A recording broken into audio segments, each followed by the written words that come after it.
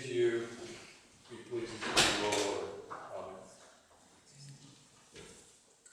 So our sermon today comes from the Gospel, and this kind of fits in with a lot of stuff that is happening today.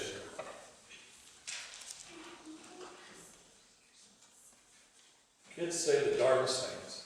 Everyone knows that. They say what they're thinking, what's on their heart. Sometimes they haven't quite figured out how to filter things yet. There's a story that's been around the church for a long time about a little girl who asked a question. She was having dinner with her parents, and they had a dinner guest. The guest at the table was Daddy's boss. He was a big sort of fellow who shook the table with his laughter. He had one of those deep, commanding voices, and he talked an awful lot. He talked and talked and talked. Now this little one, Lizzie, had been briefed by her parents to be on her best behavior while Daddy's boss was there for dinner. As she listened to the man talk, though, she heard him brag about himself over and over and over again. And he kept using the same phrase, "Well, you realize I'm a self-made man. Well, you realize I'm a self-made man. Well, you realize, of course, I'm a self-made man." And finally, Lizzie couldn't stand it any longer. She looked at her dad and broke the silence with the question, "Daddy, if he's really a self-made man, why did he make himself that way?"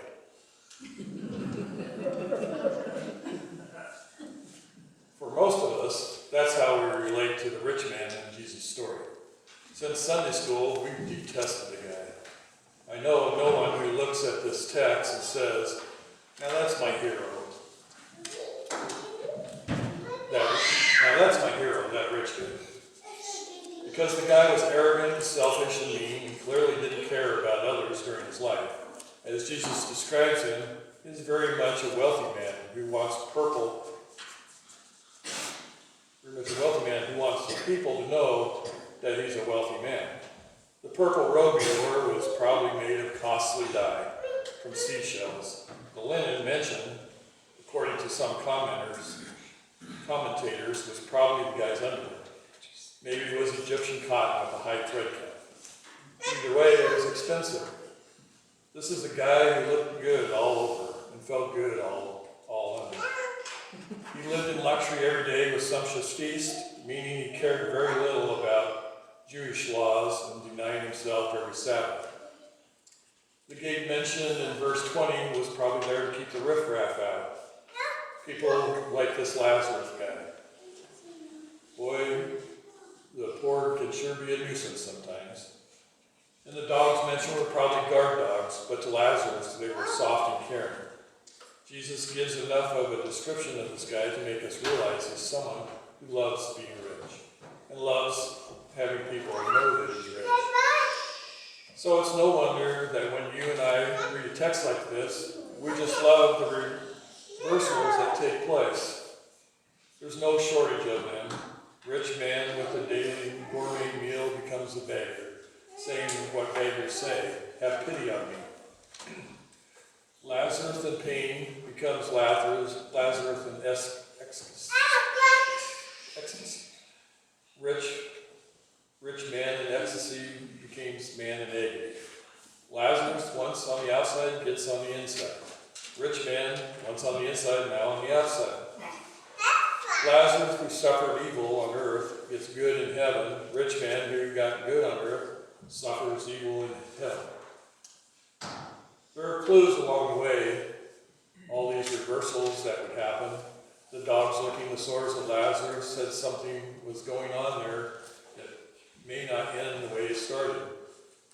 But I wonder if there might be another way to let this text speak the truth of Jesus, other than flip-flops at the end of the story. Let me suggest that some things stay the same in the story, and that the constancy might be deeper understanding of the meaning to this parable. This is the only parable in Scripture where Jesus actually names one of the characters. Jesus intentionally chooses the name Lazarus. From the Hebrew, Lazarus means one whom God helps, or God is my help. So if you look a little closer, poor, sick, wounded Lazarus is throughout this parable one whom God helps. receives grace all the way through. It's there when it lets us know that he has some friends who has laid him there at the gate of the rich man. He didn't just walk up and sit down, he was placed there. That's grace. And those dogs that were licking his wounds, as odd as it sounds, those dogs helped heal those wounds with their sterile saliva. It's true, it's science. That's grace. And there's the grace of the angels who take this poor man to heaven, and the rest and comfort of the healing and of the wholeness when he gets there. That's grace and it's constant. But the rich man was constant too, wasn't he? What stays the same with him? He didn't need God, and he certainly didn't need Lazarus. No, he was truly a self-made man. Clothes and money became symbols of how well he had done on his own. And dear Lizzie, if you want to know why he made himself that way, well, the answer is that he loves himself that way. He loves all the trappings. He loves honoring himself. Who cares about others? Or in the end, who cares about God? C.S. Lewis, in his book, The Problem of Pain, writes, the characteristic of lost souls is the rejection of everything that is not simply themselves. So in the end, guess what the rich man is left with? That which he values most himself, just himself, and that, friends, is hell. So maybe underneath all of these reversals is some constancy. A blessed constancy for Lazarus is, if there ever was one, was an accursed constancy if there ever was one for the man who made himself. The story then, at least from this perspective, is all about grace. Receiving it or thinking we don't need it. The space between receiving grace and thinking we don't need grace is the eternal chasm that ends up separating heaven from hell. Lazarus from the rich man, and it's the same chasm that by default separates us in our sin from God. But by nature, we are God's enemies. We reject him, we run from him, we hate him, we deny him. We tend to not want him around us, at least until he can show up and serve our own purpose sometimes. Isaiah once proclaimed, your iniquities, your sins, have made a separation between you and your God. If it's felt like God is distant lately in your life, it's because of sin. If it's felt like God is silent and that you can't hear his voice like you once did, it's because of sin. If he becomes less important as of late, outdated, like a fairy tale with no real traction in your day-to-day, it's because of sin. See, that's what sin does. It takes us and pushes us from the presence of holiness and righteousness. It casts us away. It hides us in darkness. It sends us into the chasm of death. But you try to walk back toward him. You do. But then you stumble and fall. You're wounded and you're broken. You're tired and struggling. So you pick yourself up again and cry out for his love, and then you fall once more. The strength is within you hear. And so you stand up again and want to go home, want to find safety, want to find rest, but then once more you fall. This time further away from the goodness of God. And your heart is sad because as a sinful person, you know you can't reach across the chasm. Life is slipping away, death is approaching, and you're no better off than when you started this thing called life.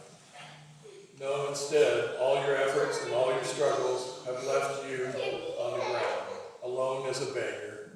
And a beggar is all that we are before the Lord. Nothing more, but it's to beggars, you see, that God's grace is constant. That's what Jesus is teaching us. So pardon this next move, but I would leap to another story in the Bible, another Lazarus, from history, not from parable, where another Lazarus, a friend of Jesus, died and was buried. That Lazarus has been in the tomb for 4 days by the time Jesus strolled into town. And as they approached the grave, Jesus called out, "Take away the stone." "But Lord," Martha replied, "it's been 4 days, and by this time," I love this, the Greek text literally says, this time he stinketh. But Jesus steps across the chasm between life and death, and with authority. He commands his creation, Lazarus, come out. Today we'd be blessed if we ask the Lord to call out the Lazarus from within each of us. God is my help, way of living. Remembering that we are nothing apart from Christ, beggars before God, and that left to ourselves, we only have ourselves. We'd be blessed if we could shed the fancy coverings and smack of brilliance and achievement, and which have us feeling so good all over. And let the Lazarus within each of us come out that says, I've been a beggar since my baptism, and a beggar I'll be in this life. God is my help. That Lazarus needs to come out and be seen in each of our lives. And really, I have to tell you, it's not mine to summon that Lazarus out of you. It's not any of our task to do that.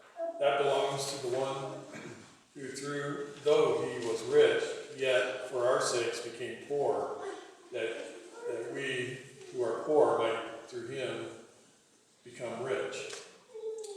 Now this is a self-made man, the one who chose to become a beggar for you and me, who willingly humbled himself and took the form of a servant and begged his way to death on the cross. So lift up your eyes, weary beggar. Where does your help come from?